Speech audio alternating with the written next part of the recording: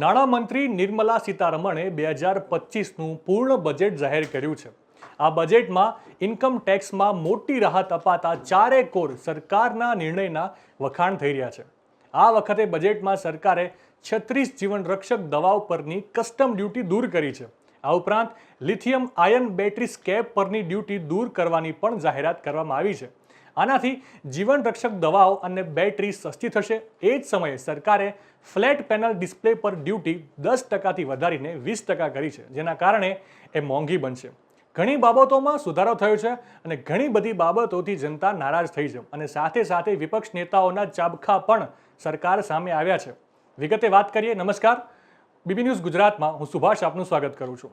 આમ આદમી પાર્ટી નેતા કૈલાશદાન ગઢવીએ વિડીયોના માધ્યમથી પોતાની વાત રજૂ કરતા કહ્યું કે સરકાર બજેટની ખોટને પૂરી કરવા માટે લોન લઈ રહી છે, દેશને લોનની ખાઈમાં ધકેલી રહી છે। ભાજપ સરકારે ફક્ત 10 વર્ષમાં દેશ પરની લોનને ડબલથી પણ વધુ ડબલ કરી નાખી છે, દેશને વધુ દેવાદાર બનાવી દીધો। સરકાર ફક્ત બજેટમાં મોટી મોટી વાતો કરે છે, પરંતુ જમીન પર લોકોને લાભ થતો નથી। સરકાર બજેટરી ડેફિસિયટને 4.8થી 4% પર લાવવા માંગે છે, પરંતુ કોઈ પણ બજેટમાં ડેફિસિયટ 3%થી વધુ ન હોવું જોઈએ। ઇલેક્ટ્રોનિક સામાનમાં દર ઓછા કરવા, કસ્ટમ ડ્યુટી ઘટાડવા જેવા અનેક ફાયદાઓનો લાભ ઉદ્યોગપતિઓ અને મોટા આયાતકારોને થશે। જલ જીવન મિશનને 2028 સુધી ખેંચવામાં આવ્યું છે। તેનો મતલબ કે 2024 સુધીમાં ઘરે ઘરે પાણી પહોંચાડવાનું કામ સરકાર પૂરું નથી કરી શકી।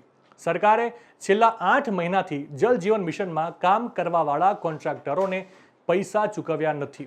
લોકસભા ચૂંટણી બાદ છેલ્લા 8 મહિનાથી કેન્દ્ર સરકારમાં જે કામ થઈ રહ્યા હતા તેમને ફંડ પૂરું પાડવામાં આવ્યું નથી। વહેતી ગંગામાં તો સૌ હાથ ધોવે અને ઘાટ આવ્યો હોય તો હાથ ધોવામાં કંઈ ખોટું પણ નથી। બજેટ પર પ્રતિક્રિયા આપતા પહેલા ગઈકાલનો જે સોશિયો ઇકોનોમિક રિવ્યુ આવ્યો એ રિવ્યુ આંખ ઉઘાડનારો છે।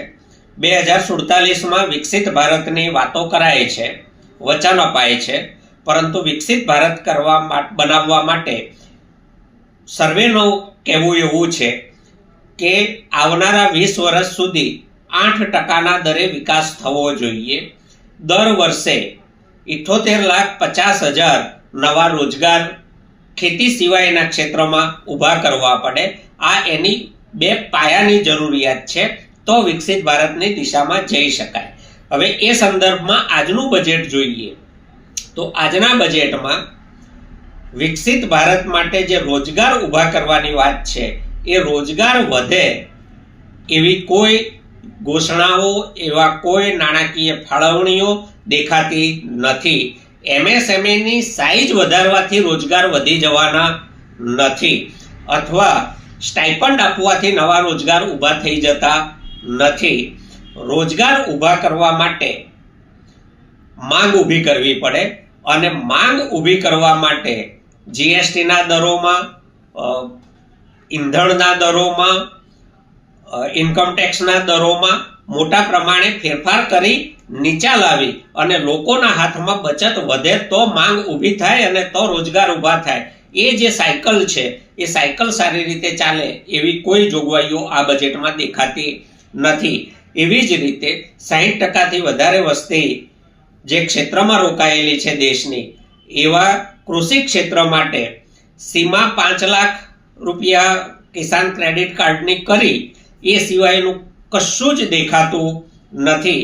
ખેડૂતો જે માગણીઓને લઈને ટેકાના ભાવના કાયદાની અને બીજી માગણીઓ લઈને છેલ્લા વર્ષોથી આંદોલન કરી રહ્યા છે, એ માગણીઓના સંદર્ભમાં પણ કંઈ દેખાતું નથી, સિવાય કે તુવેર અને મસૂર જેની દેશમાં અછત છે એ જ ભારત સરકાર બધું ઉત્પાદન ખરીદવાની વાત આ બજેટમાં કરી છે।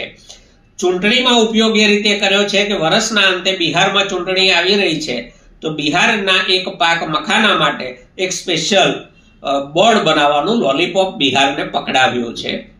સમગ્ર રીતે જોતા આ બજેટ નિરાશાજનક છે। આ બજેટથી સામાન્ય મધ્યમ વર્ગના બજેટમાં કોઈ ફાયદો થવાનો નથી, જેના કારણે એ બજારમાં નવી માંગ ઊભી કરી શકે। એટલે બચતની રીતે, રોજગારની રીતે, વિકાસની રીતે આ બજેટ મારી દ્રષ્ટિએ દિશા વિહીન છે। આમ આદમી પાર્ટી નેતા સાગર રબારીએ વિડીયોના માધ્યમથી પોતાની વાત રજૂ કરતા કહ્યું કે વિકસિત ભારત બનાવવા માટે જેટલી રોજગારીઓ ઊભી થવી જોઈએ તે રોજગારી ઊભી કરવાની કોઈ વાત આજના બજેટમાં થઈ નથી.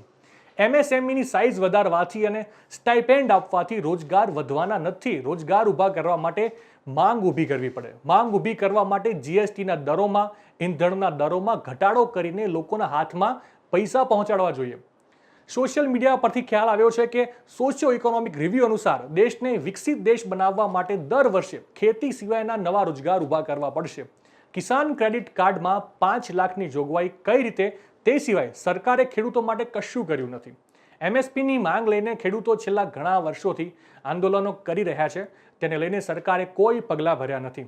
બિહારમાં ચૂંટણી આવી રહી છે, એ માટે બિહારના એક પાક મખાના માટે એક સ્પેશિયલ બોર્ડ બનાવવાનું લોલીપોપ સરકારે બિહારને આપ્યું છે. આ બજેટ મધ્યમ વર્ગ અને ખેડૂતો માટે ખૂબ જ નિરાશાજનક છે. બચત, રોજગાર, વિકાસની દ્રષ્ટિએ જોઈએ તો આ બજેટ દિશાવિહીન છે. વિગતે માહિતી આ વિડીયો બાઇટમાં. देश के फाइनेंस मिनिस्टर निर्मला सीतारमन जी ने पार्लियामेंट में देश का बजट रजू किया. बड़ी इंटरेस्टिंग बात है कि इस बजट में सरकार बजटरी डेफिसिट को 4.8% घरे 4.4% करना चाहती है. किसी भी देश का बेस्ट बजट तब गिना जाता है जबकि उसका डेफिसिट जो है, बजटरी डेफिसिट, वो 3% ऊपर नहीं होना चाहिए. चलो हम समझ रहे सरकार मैनेज करने की कोशिश कर रही होगी, पर उसके खराब पार्ट ऐसा है कि बजटरी डेफिसिट को कंपनसेट डाउन कैसे करें 4.4%, तो उसके लोन लेगी और लोगों से सेविंग कराएंगे, उनके सेविंग पे करेंगे. और हम जानते हैं कि बैंक रेट कहीं इतना अच्छा नहीं कि लोग से गवर्नमेंट सेविंग बैंक में पैसा डालेंगे. चलो अब ये सरकार का विषय है, मगर उसके साथ जो डिक्लेरेशन सरकार ने किया है, उन डिक्लेरेशन में जितने टाइप के डिक्लेरेशन, फिर वो फूड प्रोसेसिंग में पैकिंग हो, इलेक्ट्रॉनिक गुड्स पे उसने जो रेट रिड्यूस किया हो, कस्टम ड्यूटी कम किया हो, या दूसरी टाइप की सर्विसेज पर जो उन्होंने ड्यूटी घटाई है, वो सब ड्यूटी घटाने का फायदा किसको मिलेगा? बड़े बड़े उद्योगपतियों को, बड़ी बड़ी कंपनियों को और बड़े बड़े इंपोर्टर को.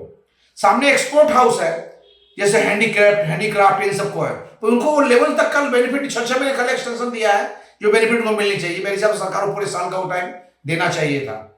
सरकार ने एक तरफ पोर्ट में, इंफ्रास्ट्रक्चर डेवलपमेंट में और अलग, खासकर इन सबके बीच में सबसे इंपॉर्टेंट पार्ट ऑफ जल जीवन मिशन, भारत सरकार का जल जीवन मिशन एक बड़ा बजट किया और उसको 2028 तक चालू किया. इसका मतलब सरकार जिसने कहा था 2024 तक पूरे देश में लोगों को पानी घर घर पहुंचा देंगे, उसमें फेल गई है. इसलिए 28 तक एक्सटेंशन किया है. बट इस फेल क्यों गई ये भी समझने जैसी बात है, क्योंकि सरकार ने पिछले 8 महीने से जल जीवन मिशन में होने वाले काम के कॉन्ट्रैक्टरों को 1 रुपए का पेमेंट नहीं किया है, जिस कारण ये परिस्थिति खड़ी हुई है.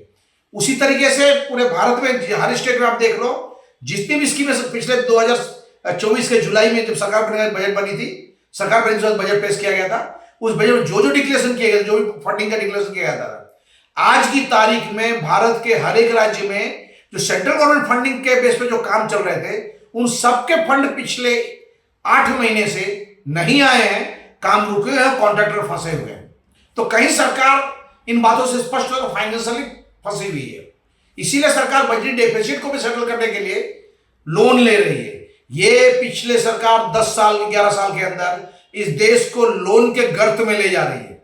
लोन के गर्त में ले जान के आपको नहीं लगेगी, जो 2014 में जब ये सरकार आई, जितनी लोन थी इस देश के ऊपर, वो लोन आज की तारीख में डबल हो गई है. भारत के इतिहास में पहली बार ऐसा हुआ है कि सरकार ने वो कर दिखाया 10 साल में जो पिछली सरकार नहीं कर सका. पिछली सरकार ने जितने लोन पूरे 60-70 साल में जमा किए, इस सर के देश के सर पे डाला, वो इस सरकार ने उसको डबल कर दिया सिर्फ 10 साल के अंदर. ये इसकी कैपेसिटी है. अब इस बजट की बात करते हैं, तो इस बजट में सरकार ने जो आयोजन किया है ग्रामीण रोजगार के लिए या कृषि क्षेत्र के लिए या क्या कहते हो हैंडीक्राफ्ट के लिए, गुजरात के लिए जैसे कहे आपने, तो कोस्टल एरिया में इन्होंने जो फूड प्रोसेसिंग रिलेटेड बात की है, सिक्योरिटी के लिए बात की है, इन सब बातें तो बड़ी सुंदर, पर क्या इनमें इम्प्लीमेंटेशन होता है? अल्टीमेटली पूरे सरकार के इस बजट के बाद अगर एक लाइन कहना हो तो ये बजट मात्र लॉलीपॉप देने वाला बजट है. सामने इंप्लीमेंटेशन के नाम में जीरो, पिछले 8 महीने का रिकॉर्ड जो है वो बहुत नेगेटिव है. हाँ, एक बहुत अच्छी बात सरकार ने की है, इसके लिए मैं निर्मला सीतारमण को धन्यवाद दूंगा और उस टैक्स पेयर और सैलरी पेइंग लोगों को मैं अभिनंदन भी दूंगा कि सरकार के 12 लाख 7 लाख से बढ़ा के 12 लाख का जो टैक्स को डील कर दिया है, जिसके कारण बड़े पैमाने पर लोगों के हाथ में कैश आएंगे और वो कैश आने के कारण लोग खर्च करते, क्योंकि इस महंगाई के जमाने में सरकार ने स्वीकारा कि महंगाई से कॉमन मैन को अगर निजात दिलानी हो उसके लिए सरकार को किसी भी हालत में लोगों के हाथ में पैसे देने पड़ेंगे और ये महंगाई है, ये सरकार ने स्वीकारा। रेड प्राइस खूब खूब धन्यवाद। નવા સમાચાર નવી અપડેટ સાથે ફરી મળીશું, ત્યાં સુધી મને રજા આપશો. નમસ્કાર.